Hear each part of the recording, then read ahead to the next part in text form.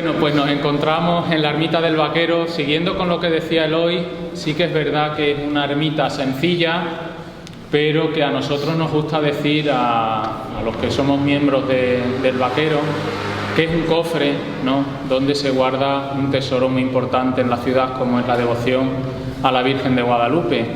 Algo que hay veces es una ermita que en Cáceres está muy poco conocida. El comentario general de la novena o cuando viene alguien a visitarla es: pues yo no conozco la ermita, pues no la he visto nunca. Y es verdad que es un edificio que ha estado muchas veces cerrado, ¿no?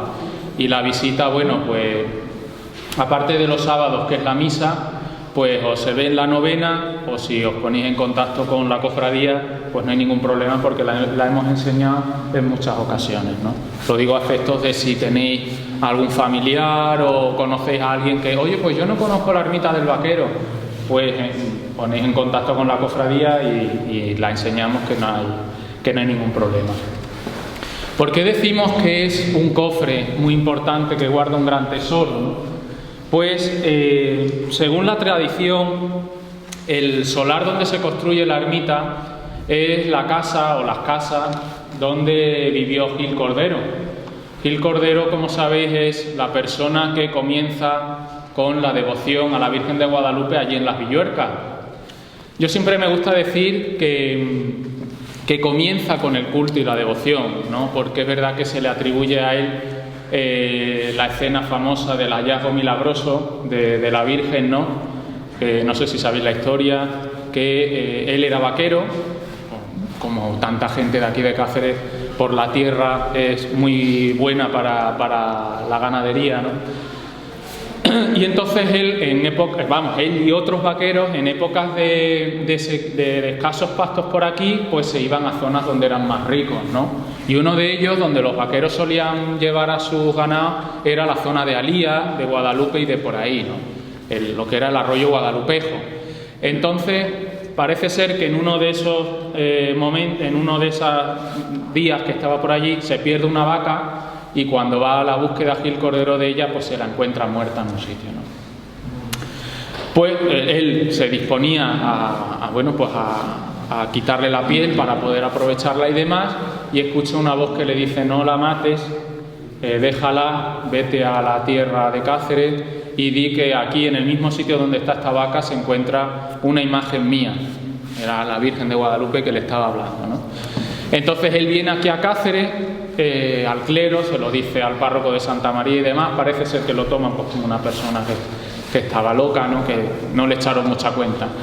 Y entonces él le pedía a la Virgen que le hicieran caso, porque era verdad, ¿no? Parece ser que cuando él viene, en su casa se encuentra al hijo muerto, o por lo menos muy enfermo y demás, y entonces invoca a la Virgen y le dice: este es el momento. Si de verdad quieres que esto siga para adelante, cura a mi hijo, y va a ser el testimonio que a la gente le sirva para observar que es verdad, ¿no? Parece ser que el hijo se cura, y entonces pues ya el clero le empieza a hacer caso y se dirigen a aquel sitio donde decía que estaba la vaca, ¿no? Y efectivamente abren el hueco y encuentran a la Virgen. Bueno, ahí está la leyenda.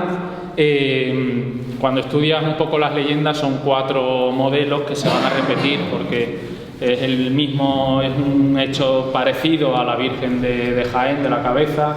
Y bueno, por eso siempre me gusta a mí decir que es el que inicia, porque sí que es verdad que Gil Cordero fue un personaje histórico, porque se data cuando empieza el encuentro de la Virgen de Guadalupe y se comienza el culto allí, con una pequeña ermita y demás. Enseguidamente, claro, todo aquel terreno hay que parcelarlo, hay que empezar, porque iba la gente, ¿no? Entonces, en esos primeros momentos de delimitar el territorio de lo que iba a ser Guadalupe y demás, sí que aparece un personaje llamado Don Gil de Santa María, que luego a lo largo de los siglos pues vienen a conducir a que era el mismo Gil Cordero, ¿no? Entonces fue una de las personas que participó en esos primeros momentos del culto a la Virgen de Guadalupe, ¿no? Bien, pues según cuenta tenía en el recuerdo del Cáceres de comienzos del 17, esta era la zona donde él vivía. ¿Qué pasa? Parece ser que aquí, pues según cuentan, el ayuntamiento adquiere este solar para hacer unas casas por unas propuestas del vecindario también, porque decían que había una mujer de mala vida. No dicen más, pero bueno, dicen una mujer de mala vida, ¿no?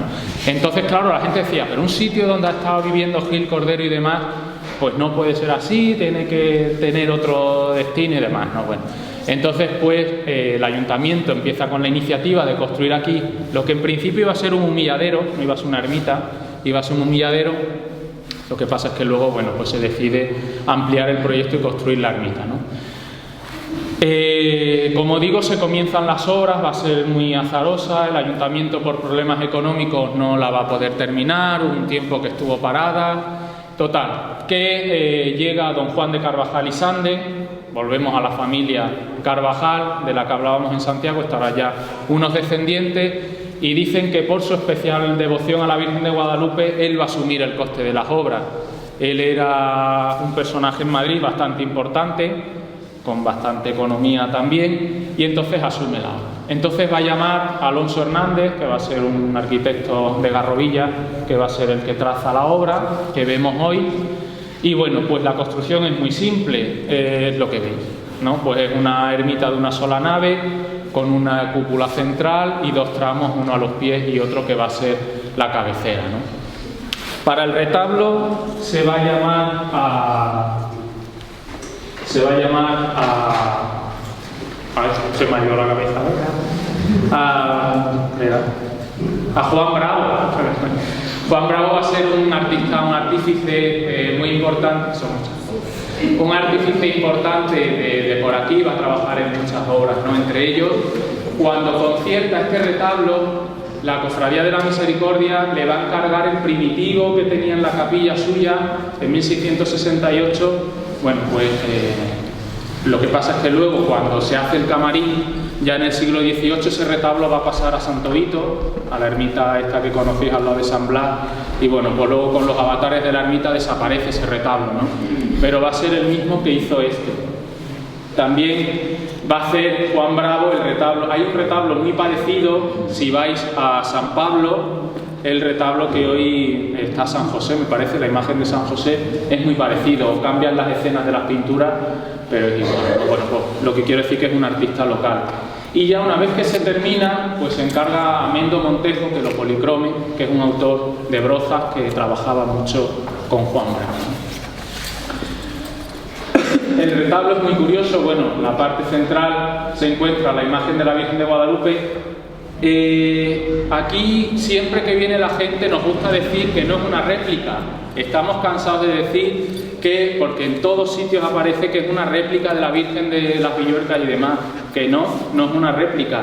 La imagen de la Virgen de Guadalupe, si la desvistiéramos, una imagen de cuerpo completo, una imagen de pie, no es sedente, como la Virgen románica de Guadalupe, y está vestida con su vestido y demás, es una talla completa, pero está de pie sosteniendo al niño.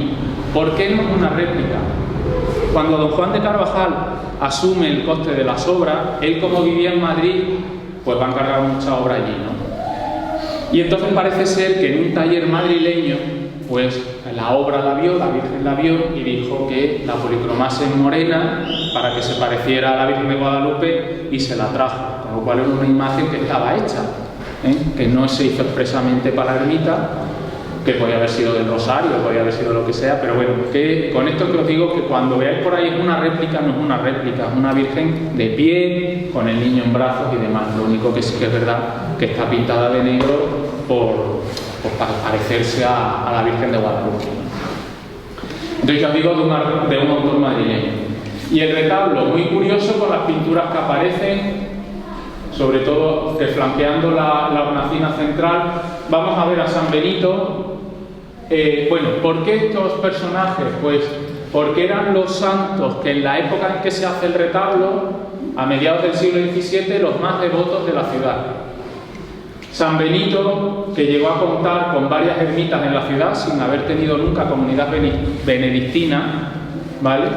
Pero tuvo varias ermitas, entre ellas, bueno, una desaparecida cerca de la Audiencia, la primitiva, la ermita de la Paz, con la antigua vocación de San Benito, y la gran ermita que, si no conocéis el Ceregol, que es una preciosidad de ermita también muy poco conocida, ¿no?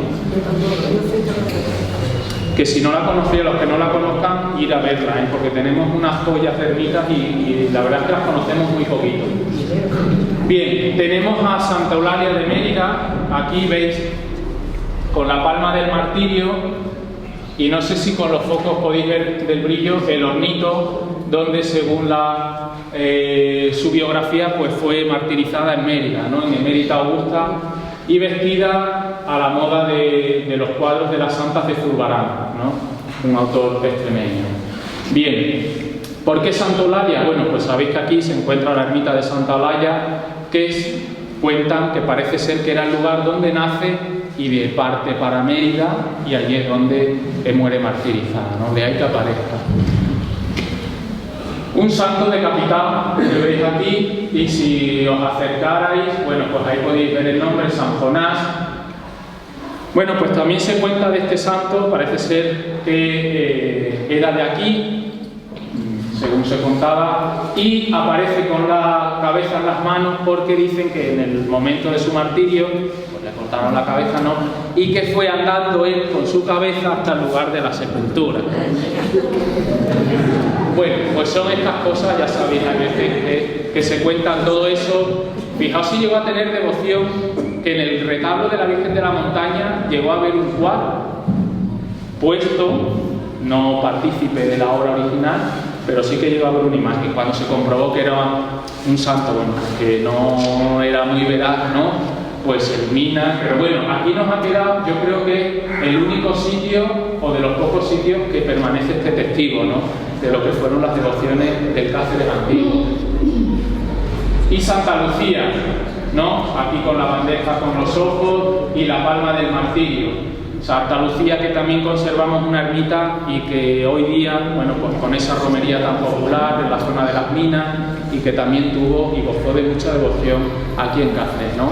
Por tanto, es como un libro de historia que nos dice los santos de mediados del 17 cuáles eran los más devotos aquí en Cáceres, ¿no? Luego, si queréis, os podéis acercar, vais a ver una serie de pinturas, tanto de santos relacionados con la devoción a la Virgen, como de escenas alusivas a las letanías de la Virgen, ¿no? Ahí, como la veréis que estáis en el centro, aquí muy deteriorada, está la tabla de recibiendo la casulla San Ildefonso de Toledo, un obispo toledano que defendió como nadie la virginidad de María, y como premio la Virgen le entrega una casulla, ¿no? Por haber defendido la virginidad de la Virgen. Y aquí también, casi perdida, pero es la aparición al vaquero, porque en esta, si lo conseguís ver ahí, aparece la Virgen de Guadalupe tal y como está en el monasterio, y se intuye que aquí estaría Gil Cordero recibiendo el mandato, ¿no? De decirle: ven aquí que tienes que construirme la ermita. Parece ser que la Virgen tenía acciones en alguna constructora, porque a todo el mundo le decía: construye una ermita, tenía un afán constructivo, ¿no? Bueno, otros santos, pues San Jerónimo, San Juan y demás. Una parte importante también de la ermita, que no vamos a poder ver porque bueno, recientemente ha llovido y el camarín pues se encuentra en un estado muy malo, que ahí tiene muchísima humedad y de verdad que no está en condiciones de verse, porque allá, bueno, en verano es más factible. En verano si venís sí se ve, pero es que ahora está más seco y está mucho mejor, está en mejor estado. Pero ahora en invierno es que es imposible subir allá. Tiene un grave problema de humedad porque está... Deciros que, aunque se cuente que no, pero la imagen en su... Perdón, la ermita en su concepción original no estaba pensada con camarín, y de hecho todo el espacio del camarín era un hueco donde toda la humedad de la muralla no la absorbía el edificio, sino que se podía más o menos canalizar. Como había que construir un camarín ya en el siglo XVIII, no podía ser de la época de la ermita, porque estaríamos hablando del primer camarín casi de España. O sea, sería un hecho casi insólito, ¿no? No se había ni hecho el de Málaga, el de la Victoria, ni el de la Montaña, ni el grandioso de Guadalupe, ¿no? Con lo cual es una construcción posterior que se encastra en el hueco, porque a imitación de la Puebla de Guadalupe y de otros santuarios marianos, había que construir el camarín como ese lugar donde la reina, en los palacios reales, tenía un sitio donde, el vestíbulo, ¿no?, donde ella se cambiaba, las doncellas la vestían, la preparaban para presentarse al pueblo, ¿no? Pues igual la Virgen se la trata como una persona de la realeza, no olvidemos que es reina, y como tal tiene que tener su propio vestidor, el camarín, donde las camareras la visten, la preparan para disponerse a recibir al pueblo, ¿no? Y ahí, ese es el sentido de los camarines, como una ciudad, como un espacio de las reinas donde se preparaban para ser expuestas, ¿no? La Virgen de Guadalupe, pues últimamente se ha cambiado para las fiestas de las candelas, de ahí que veáis al niño con ese traje de cristiana, además estrena este año, y la vela de la candela, ¿no?, precisamente.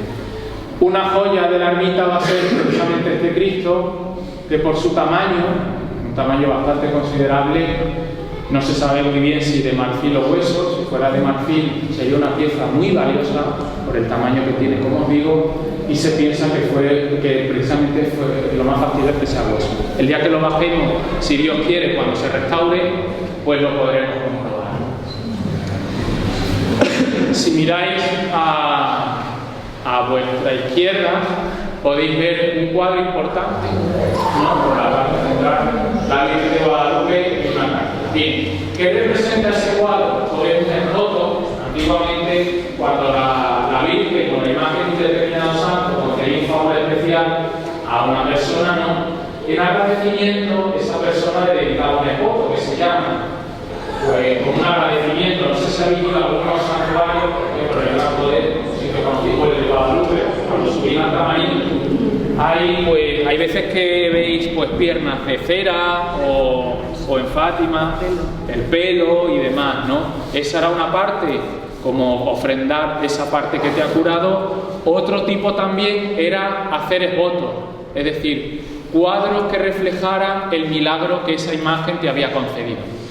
Pues eso es lo que tenemos aquí. Parece ser que este niño era hijo de unos padres muy devotos de la Virgen de Guadalupe del Vaquero, y cuando fueron a Santa María a misa un día, al salir, pues el chiquillo, pues como niño que era, pues salió jugando y un carro le atropella, de ahí la rueda, ¿no?